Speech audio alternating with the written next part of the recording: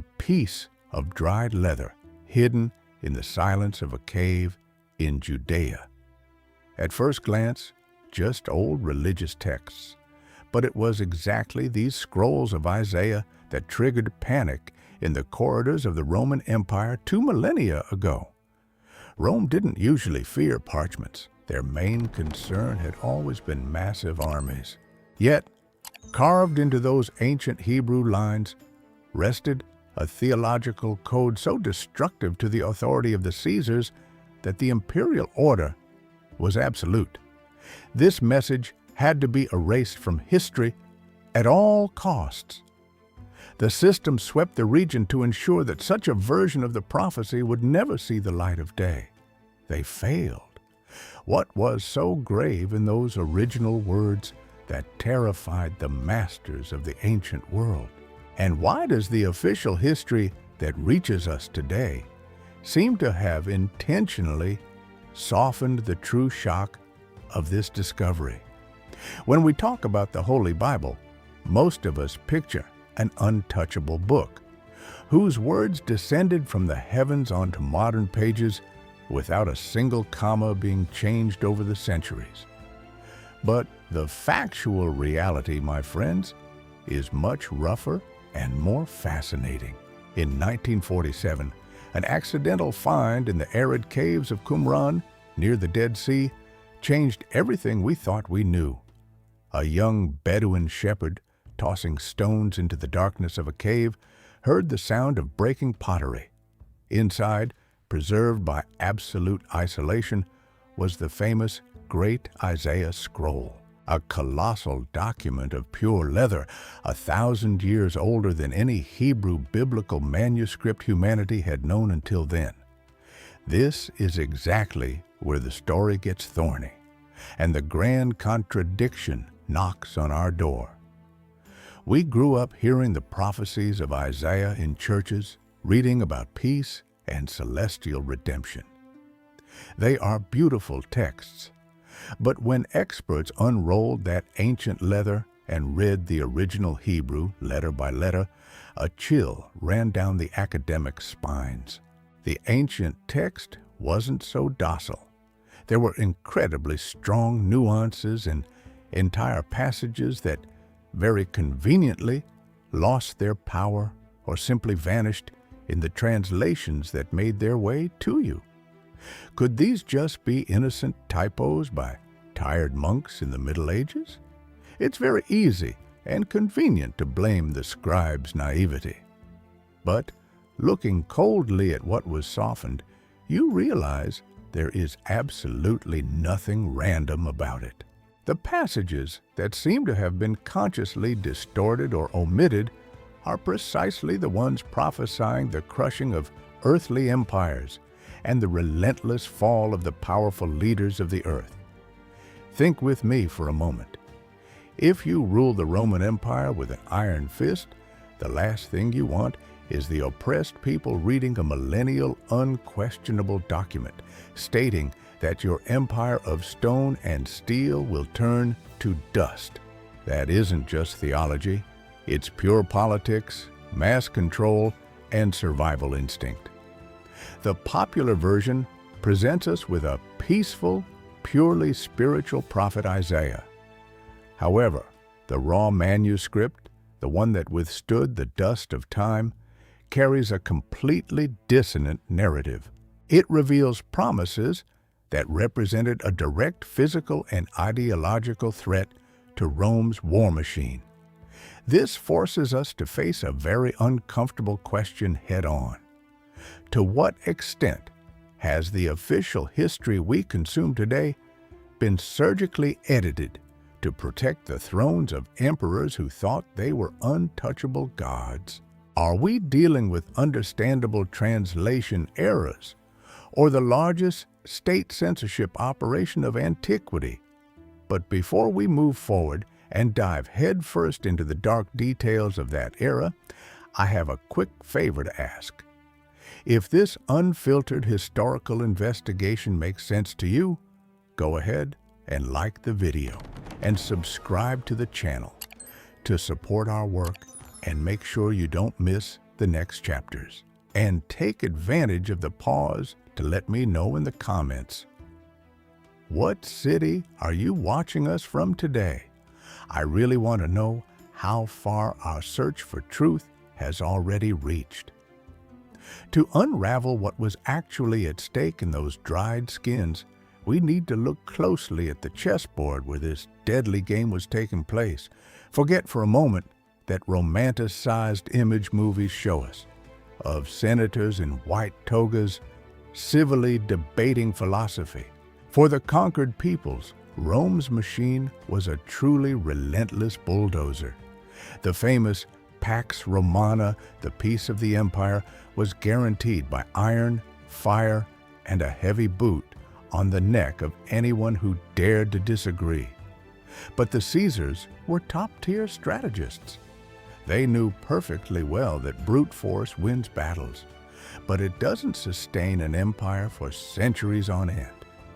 True domination, the kind that silences the masses, happens in people's minds, in the strict control of information. The great Roman tactic was cultural assimilation. Whenever they conquered a territory, they used to adopt the local gods, place them in the massive pantheon in Rome, and practically tell the people, look, your gods work for the emperor now. It was a brilliant political maneuver to dilute a nation's identity and strength. However, when the Iron Legions landed in Judea, this perfect gear violently jammed. They hit an insurmountable wall. They found a stubborn people of deep faith who worshipped a single, invisible God, a God who, under no circumstances, would agree to share the altar with a statue of the emperor. Think with me for a minute. Can you imagine the thick tension in the dusty streets of Jerusalem in the 1st century? It was an authentic powder keg with a lit fuse. There were armed factions ready to revolt at any moment, corrupted religious leaders playing both sides to please Rome, and radical groups isolated in the desert, completely disgusted with the dark path society was taking. And it is exactly in this boiling political cauldron that the Isaiah scrolls stop being just sacred parchments and turn into a massive national security issue. Nowadays, we open the Bible in the comfort of our homes, seeking peace of mind and guidance. But for a Jew back then, crushed by heavy taxes and the daily brutality of Roman soldiers, the book of Isaiah acted almost as a resistance manual. It was the spark of revolution. The words carved there didn't speak of abstract things.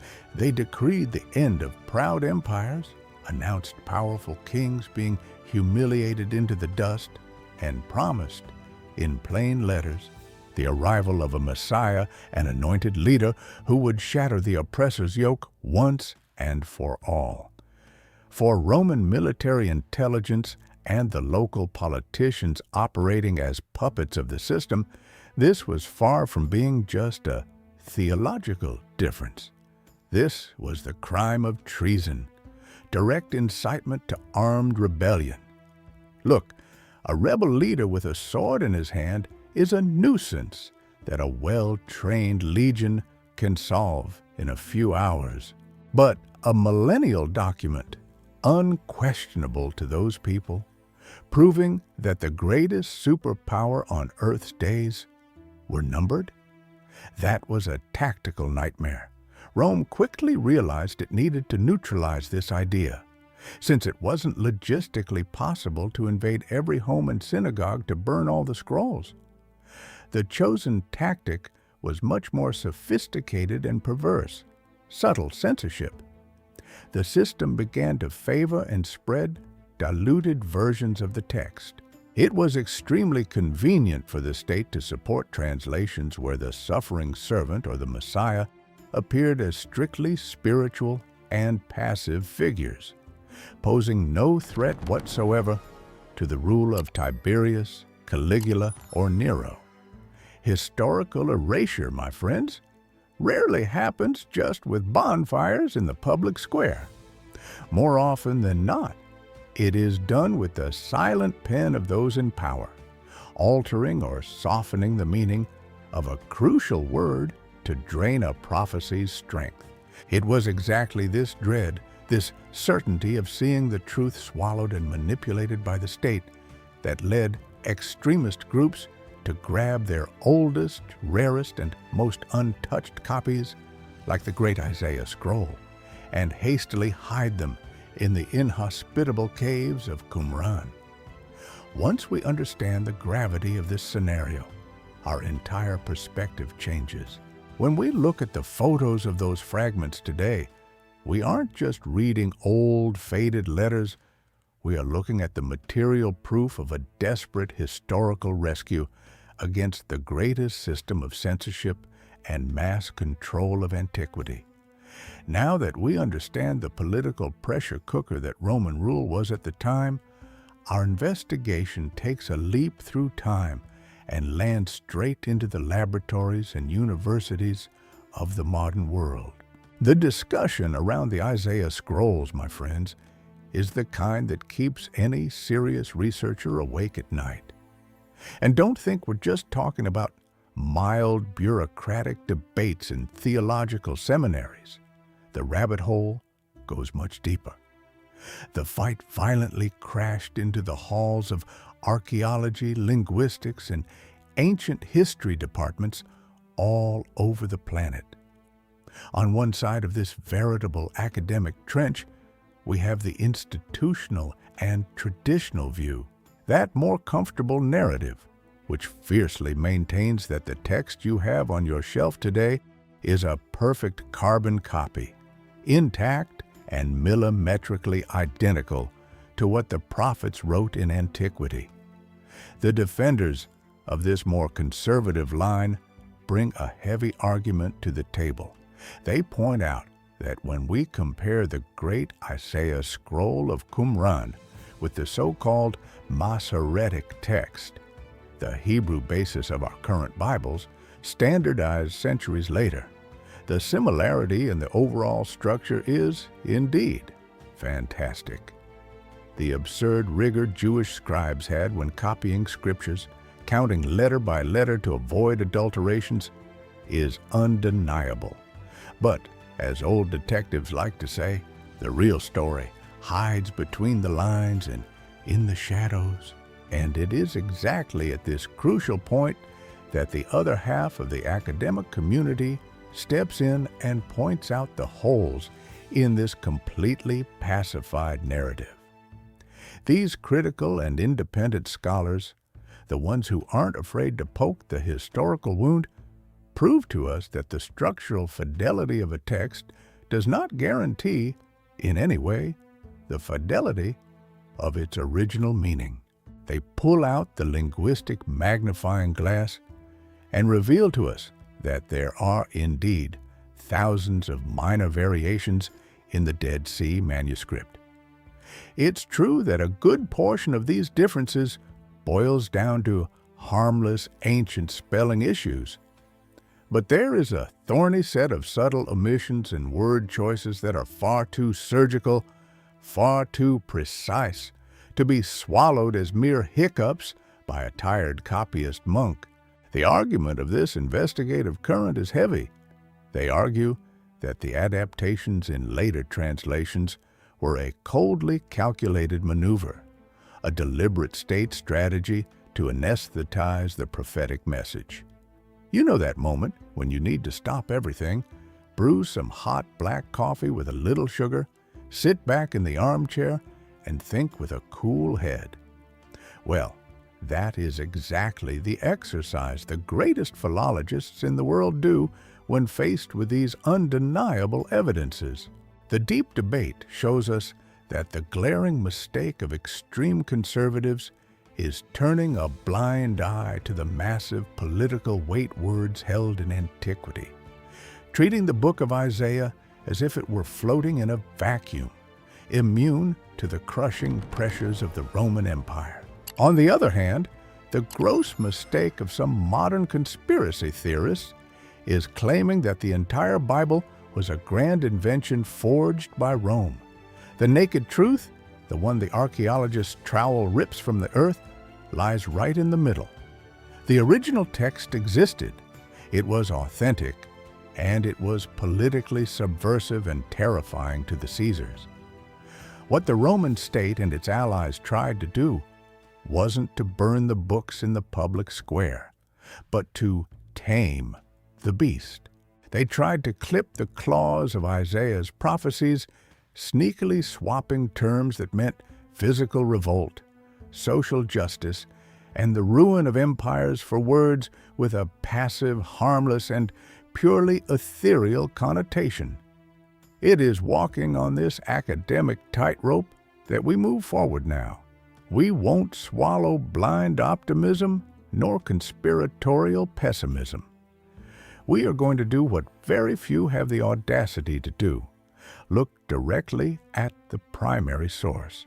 We will see with our own eyes what that 2,000-year-old scroll has to tell us without the shackles of Roman censorship. And just taking a quick detour before our next deep dive. If you are the type who likes to understand the Word with depth and clarity without getting lost in the complexity of events, I left some really cool material for you. Take a little time and check out the ebook, The Bible in Chronological Order, from Genesis to Revelation, which I pinned right there in the top comment. It will be a liberating read for your historical understanding. We've reached the point of no return in our investigation.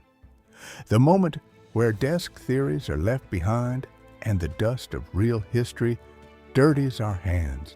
We are now going to open the Great Isaiah Scroll, a colossal document, over 20 feet long, sewn with animal sinews and perfectly preserved in the dark. As we carefully unroll these 54 columns of text in ancient Hebrew, what stands out is not a mere difference in handwriting, but the exact code that made the blood of the Roman elite run cold. To understand the visual and political impact of this, pay close attention to the dynamics of that society. First-century Judea was exactly like an industrial pressure cooker of extremely high capacity, building up tension, fury, and a load far beyond what the province's structure could withstand. It was marching rapidly toward a catastrophic rupture.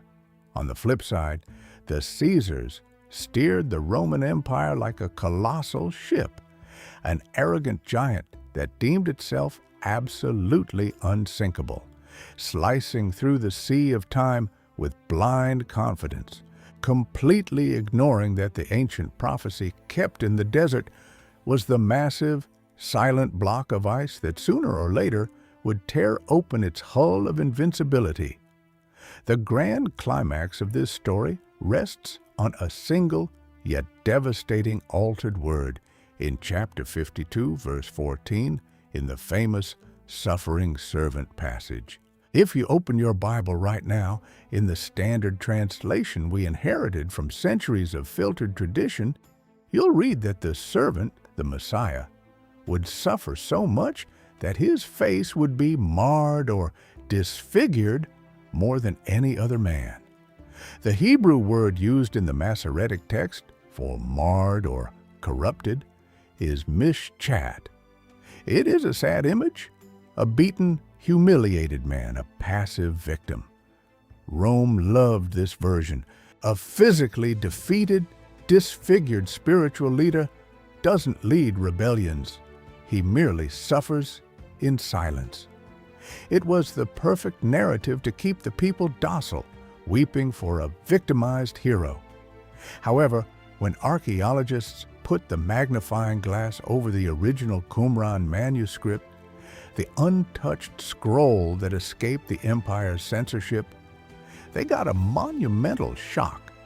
The word written there 200 years before Christ was not mishchat.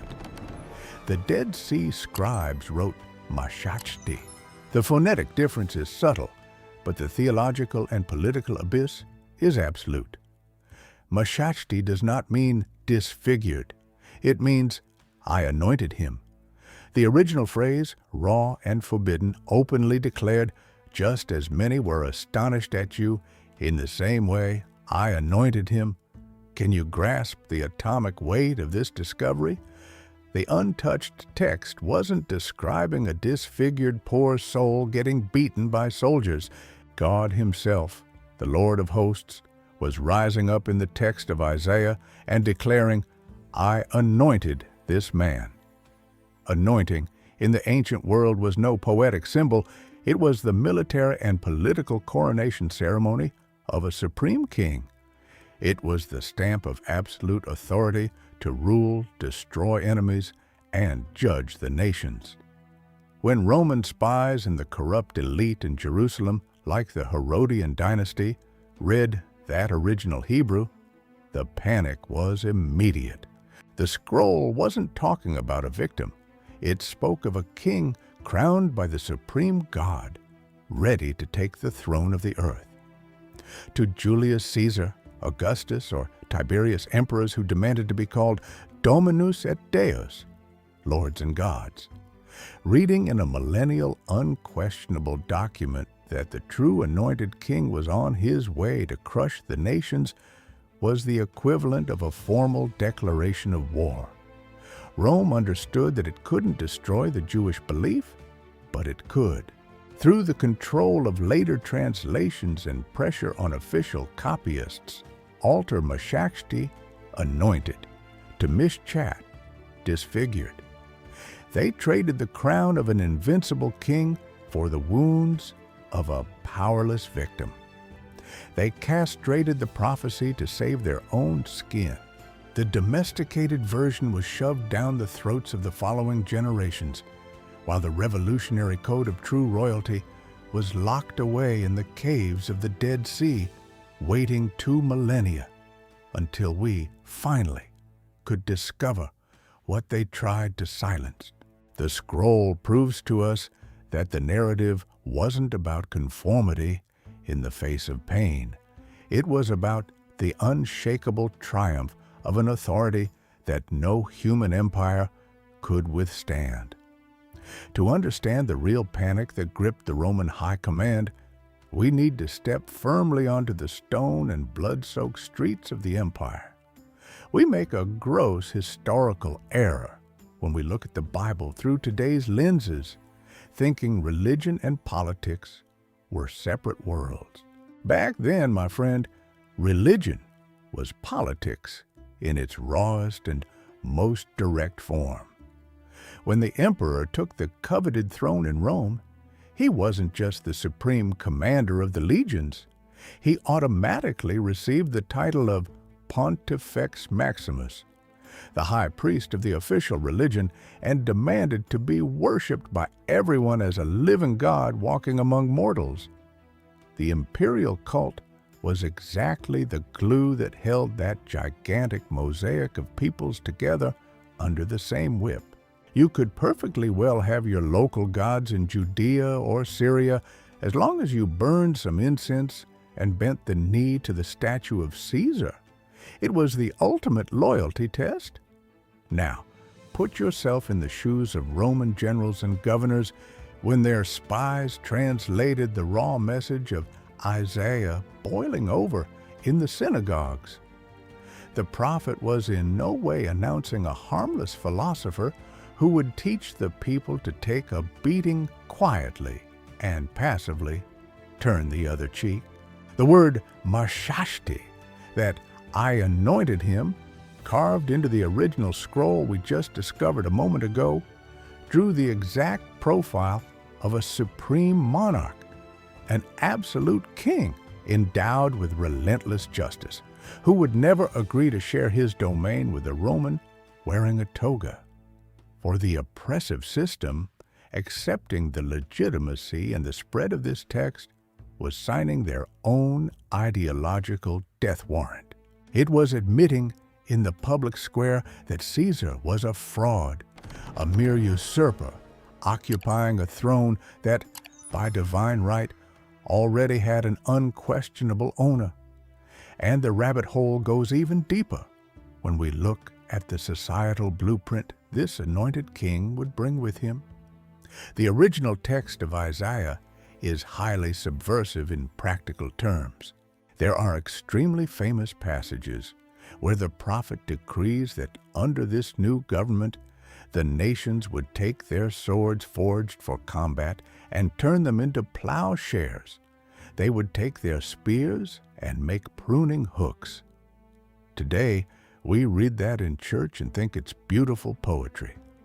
But for Rome, whose entire economy functioned and survived on constant warfare, mass slavery, and the violent looting of others' wealth, this prophecy was a recipe for absolute chaos. God's plan, reported by Isaiah, cut right to the root of the military gear that sustained the empire's luxuries. How do you maintain a state based on psychological terror and weapons when a sacred text tells the oppressed that the forced peace of Rome will be annihilated? This is the true face of the code they tried to sweep under the rug of history. The original message didn't comfort the people by saying, "Suffer in silence, for you have a beautiful reward in heaven." On the contrary, it screamed, "The corrupt system crushing you today has its days numbered, because the true king has already been crowned by the heavens." It was exactly because of this clarity that the imperial machine went into calculating despair and triggered the greatest censorship and manipulation operation of antiquity. They needed, at all costs, to turn this unbeatable king into a slaughtered lamb, docile and politically harmless. And to do this dirty work without raising suspicion, Rome relied on the providential help of the local elite, rotting with greed. We are talking about the cowardly Herodian dynasty and the high caste of priests who lived drenched in luxury at the temple and didn't want to lose their perks. This dark and sickening alliance between oppressive generals and sell-out religious figures made sure to force-feed the people only the translations and copies that suited them. They surgically dehydrated the prophecy. They turned a leader who would judge and destroy unjust kingdoms into a mere symbol of resignation in the face of pain. But the desert scholars, that isolated community in Qumran, realized that the truth was being criminally sabotaged from the inside out. They acted at the very limit of their physical and emotional strength.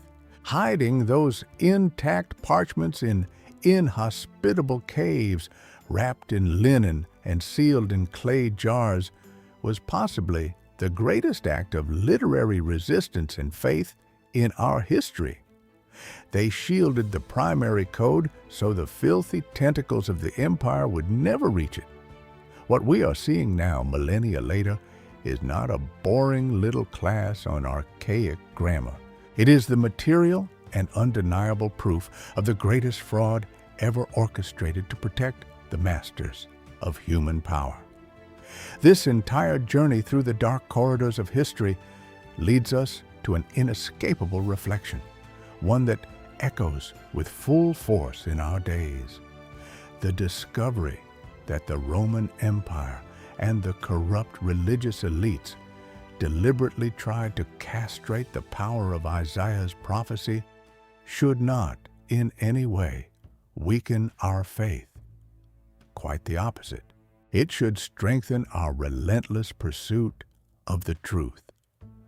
Understanding that powerful men sat on their marble thrones and broke into a cold sweat of terror reading God's promises shows us the real weight and unshakable authority of the original scriptures.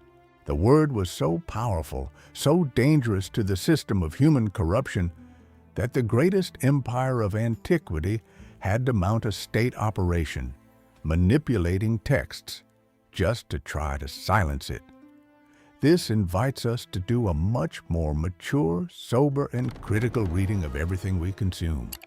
How many other historical and theological truths were subtly sanded down, adapted, or conveniently swept under the rug over the centuries to protect the privileges of those in power? The Isaiah scrolls are not just relics of a dead past, they are a vivid reminder, a warning beacon, proving that the battle for truth is eternal and demands a vigilant stance from us. The Bible is not a fragile book that needs to be protected in a glass bubble by modern complacency. It is a sharp sword that survived the fury of ruthless generals, kings, and emperors. But if this colossal attempt to erase a single code in the book of Isaiah failed so miserably, leaving undeniable material proof in the inhospitable caves of Judea, an even more disturbing question begins to hang in the air. What other overwhelming secrets do the Dead Sea Scrolls still hide within their dried folds? The case of the anointed servant is, most certainly, just the tip of the iceberg. How many other cultures had their voices gagged and their histories rewritten by Rome's iron hammer? What other sacred book hides a revolutionary message right under our noses, patiently waiting to be rediscovered? Prepare your heart and your mind, because our next investigative deep dive will be even deeper and more revealing. And believe me, once you see history without the system's makeup, it is absolutely impossible to close your eyes again.